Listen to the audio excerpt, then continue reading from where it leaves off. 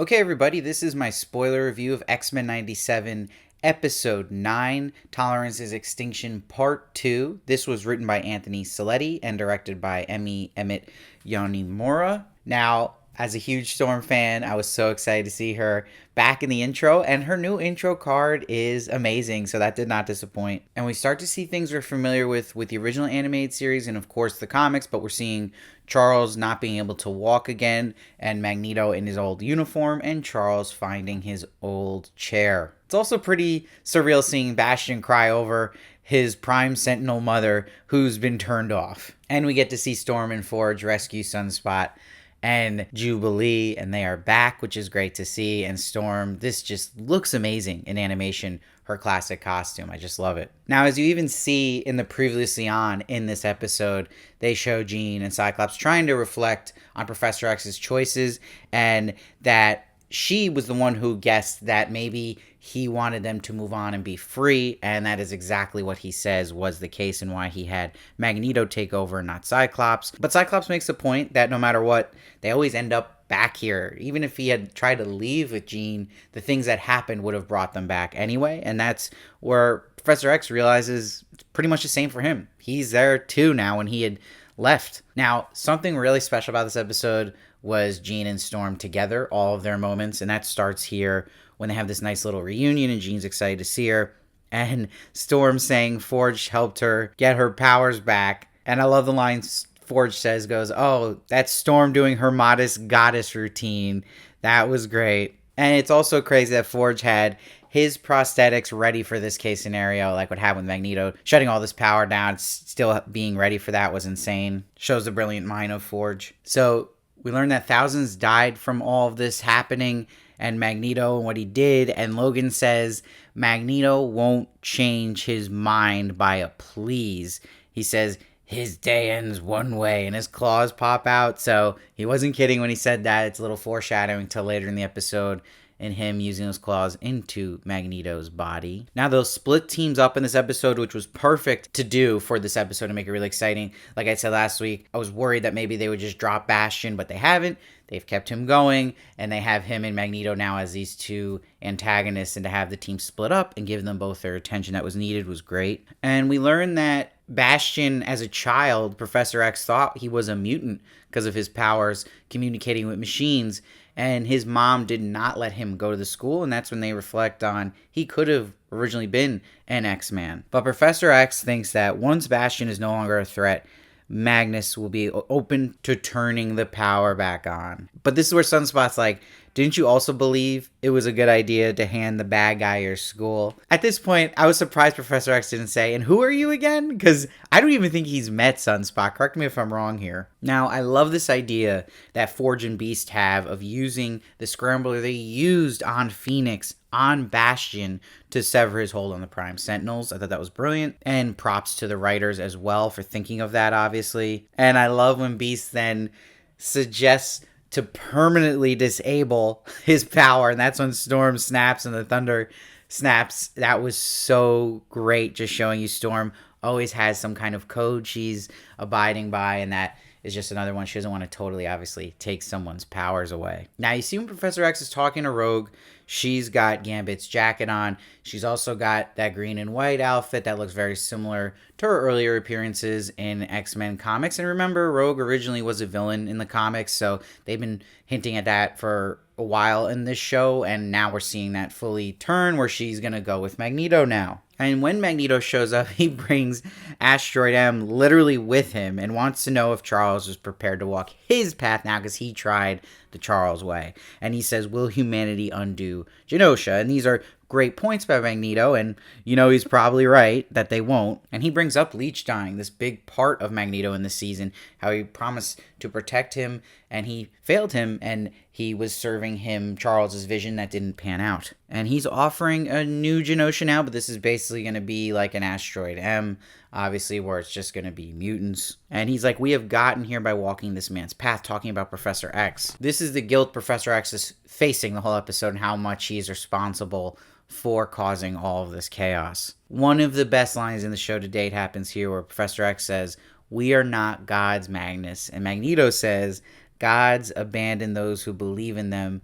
Mutants do not. A+ writing there. That was bone-chilling line by Magneto. I don't think you can even top that for Magneto. And when Rogue does do her turn to go at Magneto, it's just hysterical where she's like, where the hell is Bishop, And we left Morph to the wolves, basically.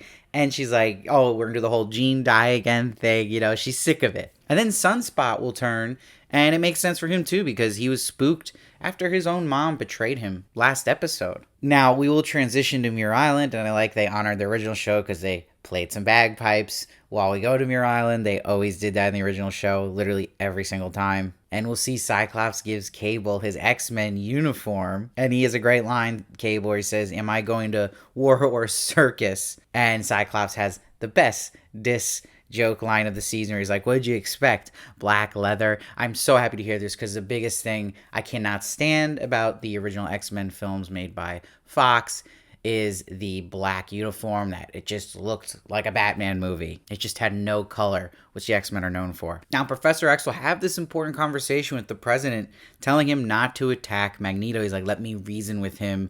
And he's like, the X-Men are your best hope for the future. So this is great, too, because you always see this in the comics with Professor X pleading to people, like, let the X-Men handle this. We are your best chance. Now, this moment after this is where things get insane in this episode, and meaning this whole episode to me felt like 5 minutes. That's how exciting and thrilling it was. Like, from this point on, I really did feel like my throat was in my stomach at that point. Like, I couldn't believe how intense this got and how exciting it got. And you see that Bastion just looks insane in this volcano. And he's bringing out these big boy Sentinels using his technopathy that was explained by Forge earlier in the episode. And I love the music that starts pumping when the Sentinels start attacking the X-Men. Now, my favorite moment of the episode is actually with Storm and Jean. When Storm says to Jean as the sunrise is coming behind her, I thought of you all way of when my sister faced her darkness and emerged stronger, a survivor, a phoenix. And she says, let us do what we always do. Believe not in a dream or our gifts, but in each other. And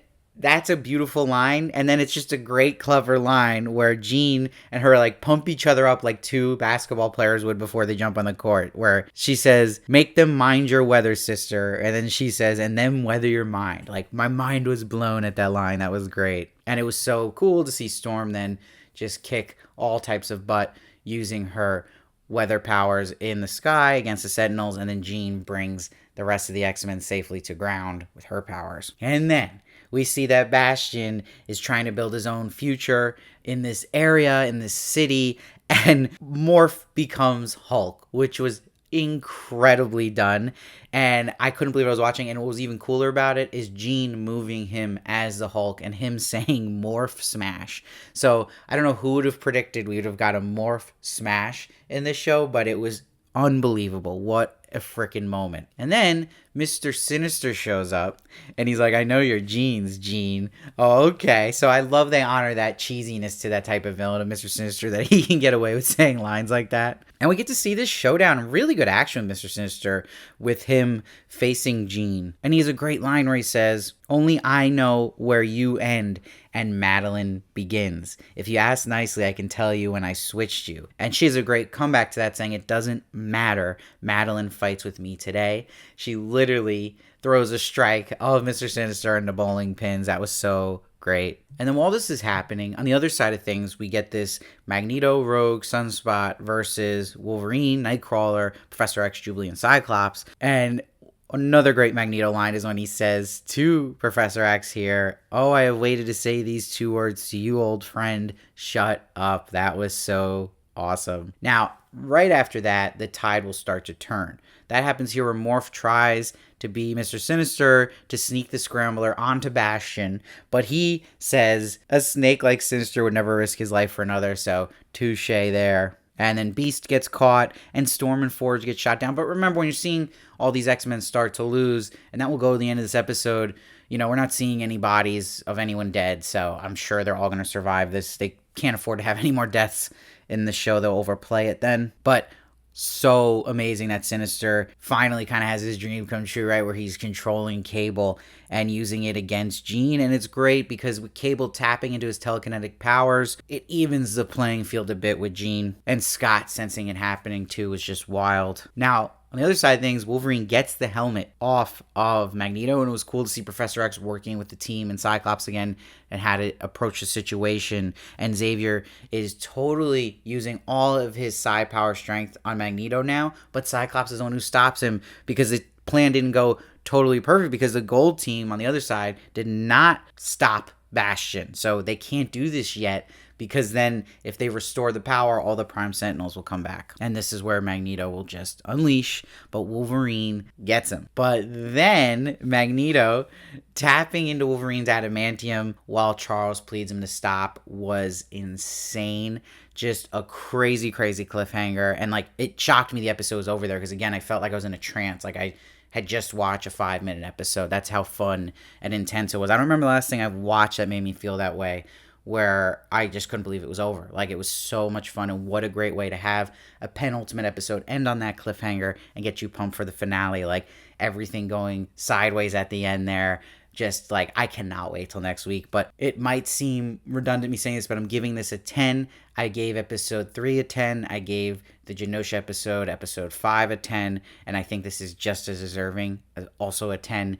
So it's amazing me that this show, I feel like there's 3 episodes that deserve a 10. So this show is just beyond expectations at this point. Like, absolutely incredible. And if they really stick the landing with the finale, this has got to be the best 3-part superhero anything ever in the TV medium. So let me know what you thought of this episode down below. I'd love to hear your thoughts. I read every comment, try to respond as many as I can, and please hit that sub button. I'm so close to 1,000 subs, so it really helps so I can monetize and just get some support here. And you can also leave a tip as well on the super thanks now. That's available, and I appreciate all you guys, and I'll see you next week.